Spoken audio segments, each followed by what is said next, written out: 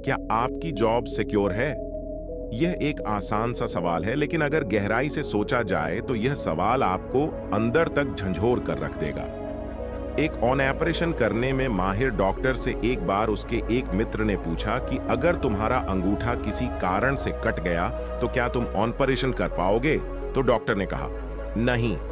फिर डॉक्टर के मित्र ने कहा कि फिर तो तुम्हारी जॉब चली जाएगी, क्योंकि जब तुम ऑपरेशन ही नहीं कर पाओगे तो फिर यहां पर तुम्हारी कोई जरूरत नहीं होगी। और ऐसा सिर्फ डॉक्टर के साथ ही नहीं, हर व्यक्ति के साथ होता है। मानकर चलिए आप 8 घंटे में 10 काम करते हो और वहीं दूसरा व्यक्ति 8 घंटे में 15 काम करता है, तो वहां पर आपको हटाकर दूसरे व्यक्ति को काम पर रख लिया जाएगा।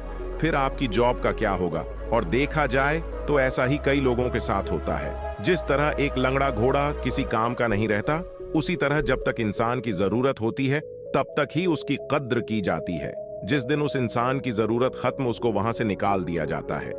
इसलिए दोस्तों, हमें भी अपनी लाइफ में एक ऐसा रास्ता तैयार रखना चाहिए कि अगर हम काम बंद भी कर दें या किसी कारण से काम न कर सकें तो भी हमारे पास पैसा आना चाहिए। वही होती है पैसिव इनकम, कि अगर हम काम करने में सक्षम नहीं हैं तब भी पैसा आना चाहिए। मतलब कि सोते सोते पैसा आना चाहिए। तो आगे बढ़ते हैं और समझते हैं कि पैसिव इनकम की क्या जरूरत होती है और पैसिव इनकम कैसे कर सकते हैं। नजरिया ही होता है जो हमें सफलता दिलाता है। और आज की कहानी भी कुछ ऐसी ही है कि कैसे एक व्यक्ति जब कोई उसका साथ नहीं दे रहा था तब भी कैसे उसने वह कर दिखाया जो किसी ने सोचा भी नहीं था। एक बहुत पुराना गांव था। उस गांव का नाम था रामपुर। उस गांव के लोग बहुत ही सीधे और सच्चे थे। उसी गांव में 2 बहुत ही सच्चे दोस्त रहते थे। वह दोनों बचपन से ही साथ थे और पूरा गांव उनको जानता था। उनमें से एक का नाम था राम और दूसरे का नाम श्याम था। राम थोड़ा दुबला पतला था और श्याम अच्छा हट्टा कट्टा था और दोनों में बहुत गहरी मित्रता थी। वैसे तो गांव बहुत अच्छा था, लेकिन उस गांव में पानी की बड़ी समस्या थी। वहां के लोग दूर पहाड़ी से पानी लेकर आते थे, तब जाकर गांव में पानी आता था। एक दिन यूं ही बातें करते करते राम और श्याम दोनों गांव से बहुत दूर निकल आए। जब दोनों शाम को गांव वापस लौट रहे थे तो उन्होंने देखा कि कुछ औरतें आपस में झगड़ा कर रही हैं। तो दोनों उनके पास जाते हैं और पूछते हैं कि आप लोग लड़ क्यों रहे हो? तो एक औरत बोलती है कि मैं इतनी दूर से पानी भरकर ला रही थी और इसने मेरा पानी गिरा दिया। जैसे तैसे करके राम और श्याम ने उस औरत को समझाकर लड़ाई को शांत करवा दिया। फिर औरतें अपने अपने रास्ते निकल गईं। एक बार गांव के सभी लोगों ने सरपंच के सामने पानी की समस्या को लेकर बात की तो सरपंच ने एक तरीका निकाला। तरीका यह था कि जो भी पहाड़ी से पानी लाकर गांव के कुएं में डालेगा उसको एक बाल्टी के 10 रुपए मिलेंगे। तो राम और श्याम दोनों ने सोचा कि अब हम कोई काम तो करते नहीं हैं, यह काम अच्छा है, हमारा काम भी हो जाएगा और हम पैसे भी कमा लेंगे। यह सोचकर राम और श्याम दोनों अगले दिन से काम पर लग जाते हैं। वह पहले कुछ दिन तो एक बाल्टी से पानी डालते हैं, फिर वह दोनों हाथ में बाल्टी लेकर पहाड़ी पर जाने लगे और पहाड़ी से पानी भरकर गांव के कुएं में पानी डालने लगे। कुछ दिन तक राम और श्याम दोनों ऐसे ही काम करते हैं, लेकिन राम दुबला पतला था तो वह बहुत थक जाता था। एक दिन राम सोचता है कि ये काम हम कब तक करेंगे, ऐसे तो हम जल्द ही बीमार पड़ जाएंगे और जब हम काम नहीं कर पाएंगे तो हमारे पास पैसा भी नहीं आएगा। यही सोचते सोचते शाम हो जाती है। राम जब रात को घर पर था तो उसके दिमाग में एक बात आती है कि क्यों न एक पाइप लाइन बिछा दें ताकि बिना थके और कम मेहनत में पानी पहाड़ी से सीधा गांव में आने लगे। राम को यह आइडिया बहुत अच्छा लग रहा था। दूसरे दिन जब राम और श्याम पहाड़ी पर पानी भरने के लिए जा रहे थे तो राम ने यही आइडिया श्याम को भी बताया, लेकिन श्याम को यह बात ज्यादा पसंद नहीं आई और राम को भी ऐसा करने से मना कर दिया। लेकिन राम को यह आइडिया बहुत अच्छा लग रहा था, क्योंकि राम आज की नहीं आने वाले कुछ सालों बाद की सोच रहा था, लेकिन श्याम तो बस यही सोच रहा था कि अभी का काम चल जाए, इसलिए श्याम पाइपलाइन का मना कर रहा था। राम रात को सोचता रहा कि पाइपलाइन कैसे डलेगी, इसमें तो पैसा भी लगेगा। फिर वह सोचता है कि यह बात मैं अपने सरपंच को बताऊंगा, अगर यह बात सरपंच को समझ में आ गई तो पैसे की समस्या भी समाप्त हो जाएगी।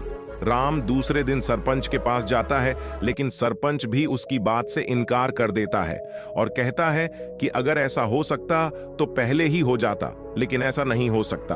और राम से कहता है कि देखो, तुम्हारा खास दोस्त भी तो बाल्टी ही भर रहा है, तुम भी ऐसा ही करो। राम की बात पर कोई भी ध्यान नहीं दे रहा था, पर राम को यह पता था कि अगर आज बाल्टी भरते रहे तो आने वाले समय में राम ज्यादा काम नहीं कर पाएगा और आगे जाकर जब उसकी तबीयत खराब हो जाएगी तो पैसा आना भी बंद हो जाएगा। राम ने यह ठान लिया कि कोई साथ दे या ना दे, लेकिन वह पाइपलाइन जरूर डालेगा। उसने दिमाग लगाया कि दिन दिन में वह बाल्टी से कुएं में पानी डालेगा और उससे जो पैसा आएगा उससे वह अपना खर्चा चलाएगा और साथ में पाइपलाइन भी डालेगा। फिर क्या होता है, राम अपने काम में लग जाता है। वह दिन में तो बाल्टी से कुएं को भरता और रात को पहाड़ी से पाइपलाइन डालने के लिए खुदाई करना शुरू कर देता है। ऐसे ही करते करते उसे महीनों निकल गए, लेकिन उसे ज्यादा कामयाबी हासिल नहीं हुई और यहाँ श्याम ने उसी काम से खुद की बाइक खरीद ली और कुछ सालों में श्याम ने खुद का घर भी ले लिया। लेकिन राम पाइपलाइन डालने में लगा हुआ था। अब तो पूरा गांव राम का मजाक उड़ाने लगा था। जैसे जैसे समय लगता जा रहा था वैसे वैसे लोग उसका मजाक उड़ाते जा रहे थे।